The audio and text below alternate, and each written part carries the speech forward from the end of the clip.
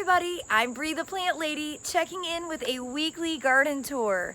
And as you can see, we still have the big tent from last night's tomato tasting fundraiser in support of the North Carolina Botanical Garden. Thank you everyone who attended and for your support of such a great cause.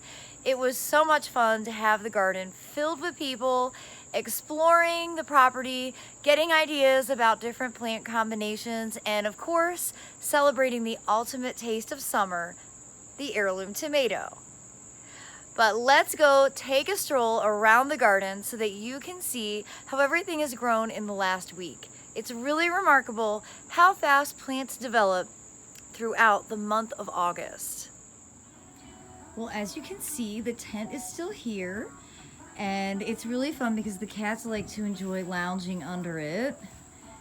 And they really liked it when we had empty tables on Friday because they were just sort of jumping from table to table. But last night at this tent was filled with people and activity. It was a lot of fun. Great time, a wonderful finale to 9 years of tomato tastings. This is going to be our last one this year. I do love how the yard looks when there's a tent in the backyard. So I'll still want to throw a party, it just won't be the tomato tasting.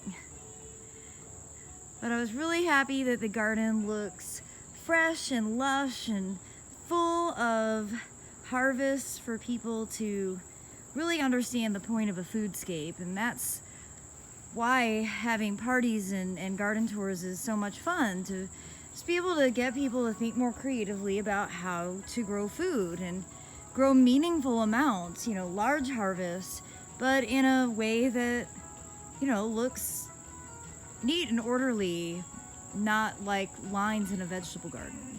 I had a lot of really fun feedback from visitors who had never been here before with regard to the incorporation of food in all of these landscape beds. The buckwheat border was by far the space that the most people asked about. Everybody is intrigued with buckwheat. It's so pretty. It's great as a cut flower. And you see it just sort of mingles and fills in open spaces. This was planted by direct seeding on July 3rd. And it's August 8th right now. So just a little over a month old. This border, it's actually shockingly a little dry and hot, even though it rained yesterday while we were prepping for the tomato tasting. But I'm glad to see the hydrangea and edgeworthia, which were really wilted this afternoon, have recovered now that they're in shade. Going down this way, I want to give you an update on the Seminole pumpkin. Ta-da! It's grown up over the witch hazel. I'm gonna probably have to train it to go up that direction because there's nowhere for it to go here but down. And you see it's all woven through the limelight hydrangea, which I think looks really cool. And remember, it's a beast. It takes up a lot of square footage. It's growing all the way around here, and then on the other side of this banana, which is fruiting, I think this is Musa volutna. Those are little bananas. You can eat them, but they have a big seed. But on the inside of this banana, you're gonna have this awesome pumpkin patch, which was supposed to be a walkway, but I am more than happy to let this be a pumpkin patch for this season. I love pumpkins so much.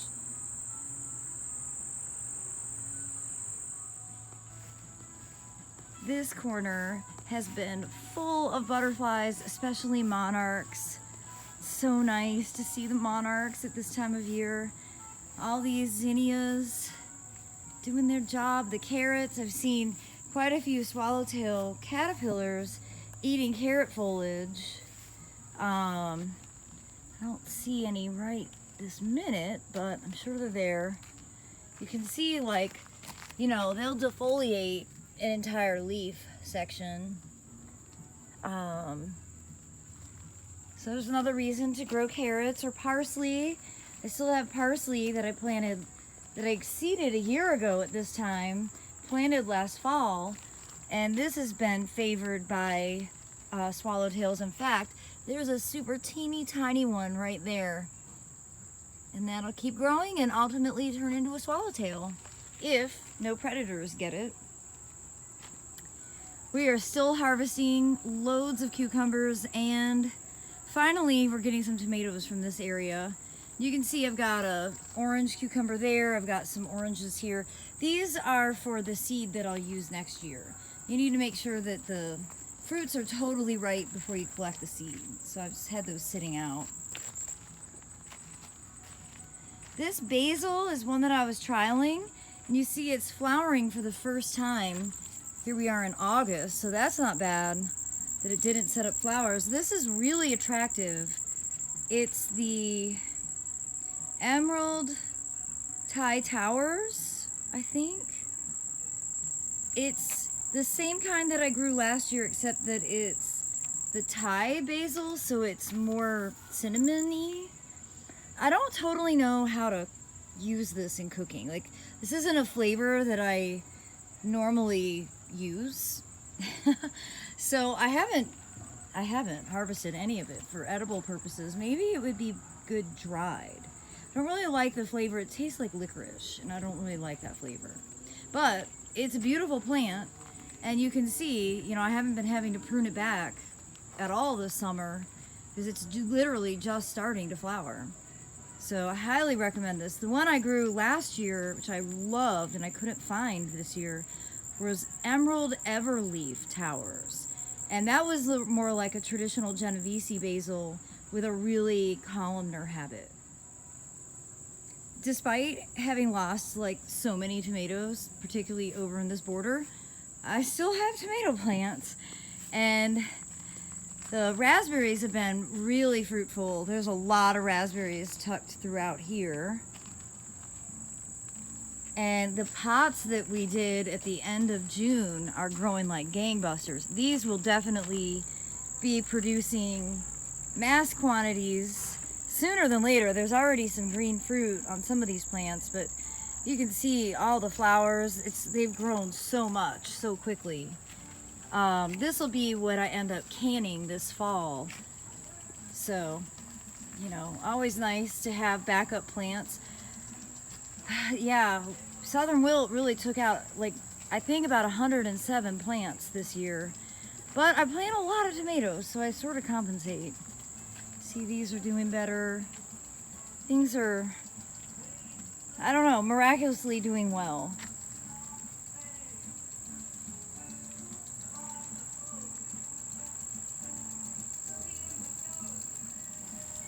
So onto the north side.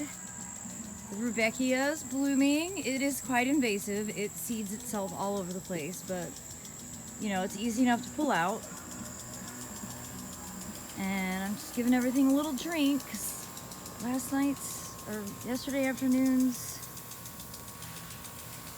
rain when we were setting up wasn't really enough to do what the plants need. This time of day there's not as much pollinator activity, especially with the sprinkler running. We're about to get wet. You see, these echinacea have just really impressed me all year long, all season long. And out here, you just can't beat this phlox. This is Phlox paniculata bright eyes. And it definitely spreads. It's a perennial and it takes up a lot of real estate, but it's worth it. Especially out here in these shrub borders where I'm not trying to micromanage and grow vegetables here because it's just too difficult now. The trees are too tall and it's, you know, harder to water. So these are the borders that, you know, I used to grow vegetables out in these places, but now it's all a mix of perennials, trees, and shrubs. And it's very low maintenance and quite pretty. The wave is starting to grow. I am definitely convinced that these are Seminole pumpkins. You see how they're vining really efficiently. So I know by October this will be a ground cover of pumpkins and it's going to look awesome. And oh, I left a sign. I had a bunch of plants labeled for the tomato tasting, but this is sesame. That is what a sesame flower looks like, and these will keep growing all summer, and they're usually about my height by the time we get frost. And then you can collect the seeds after it's frosted, and you can eat them, or you can just save them to plant again the next season. It's a great plant. Looks like kind of like a foxglove that flowers all summer. And the seeds actually form right here in these pods. So that's old flowers, and they're full of sesame seeds. So if you've eaten a hamburger bun, you've eaten sesame seeds.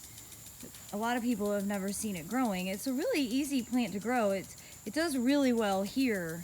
It likes heat.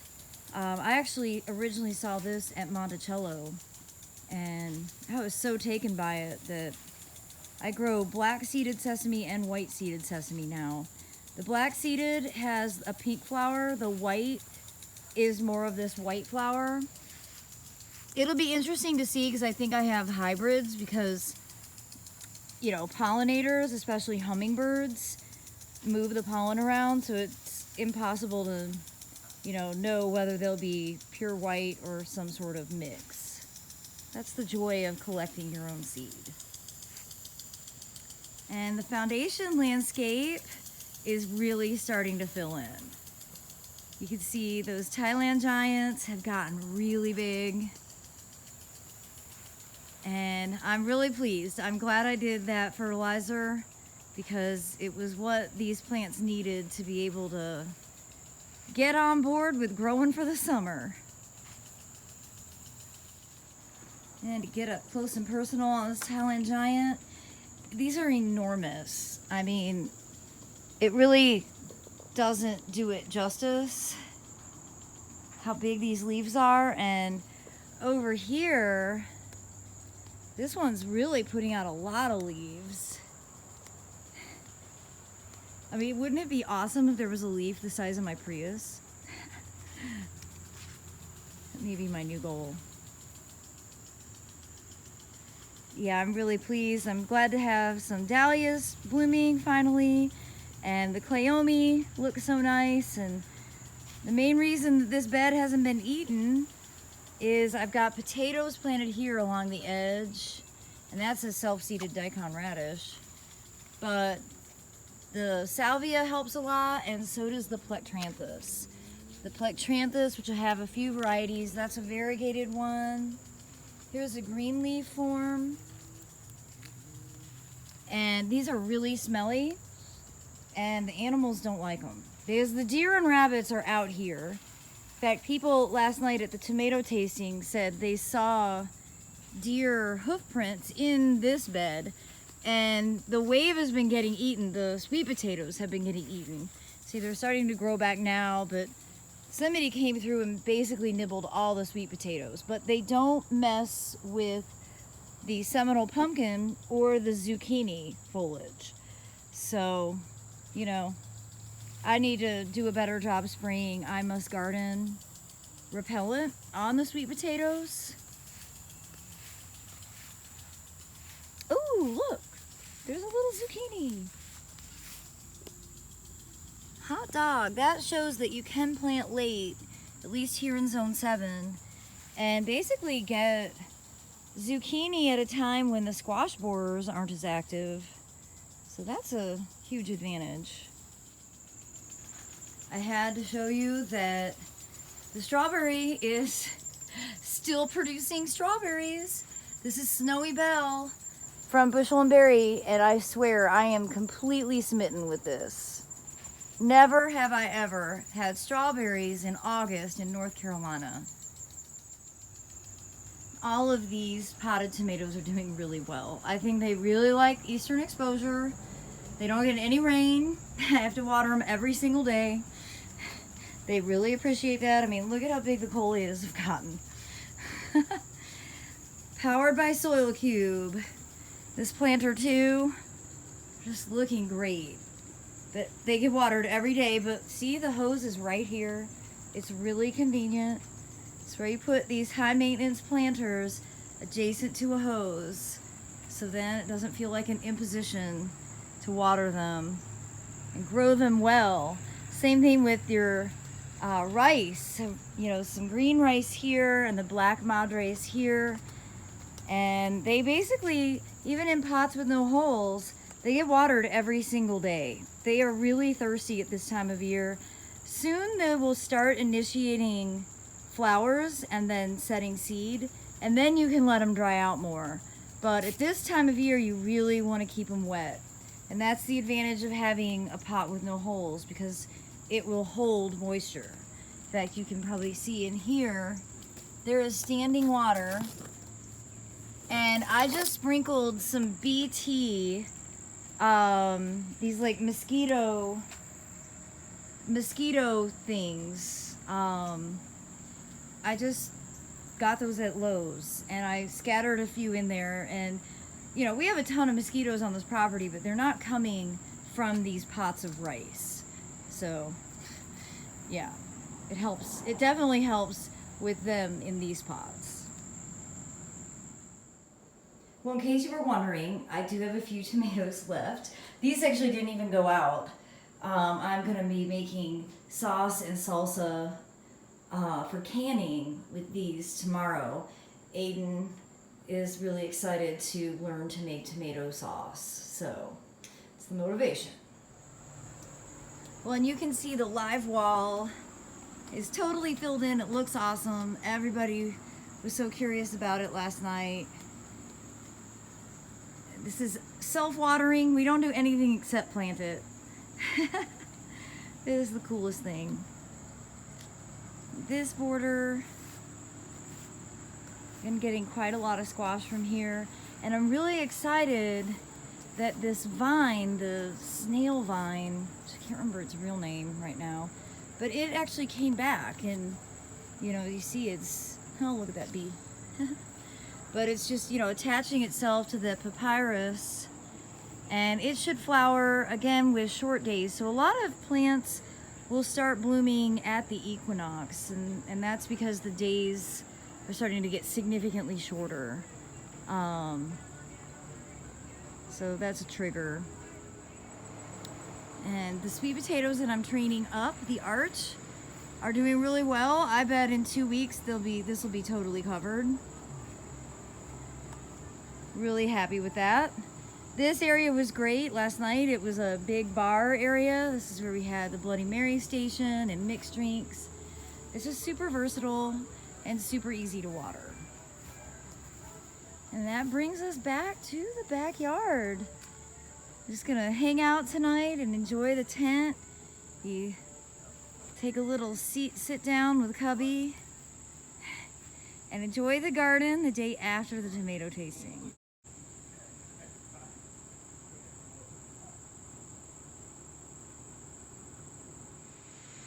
I hope you enjoyed today's tour, and I look forward to giving you more updates next week as the garden continues to grow, and I will give you a sneak peek on all of those seeds that I sowed last week, some of which are germinating, but I'm positive that more will be growing next week at this time. So I look forward to giving you updates. Thanks so much for watching, everybody.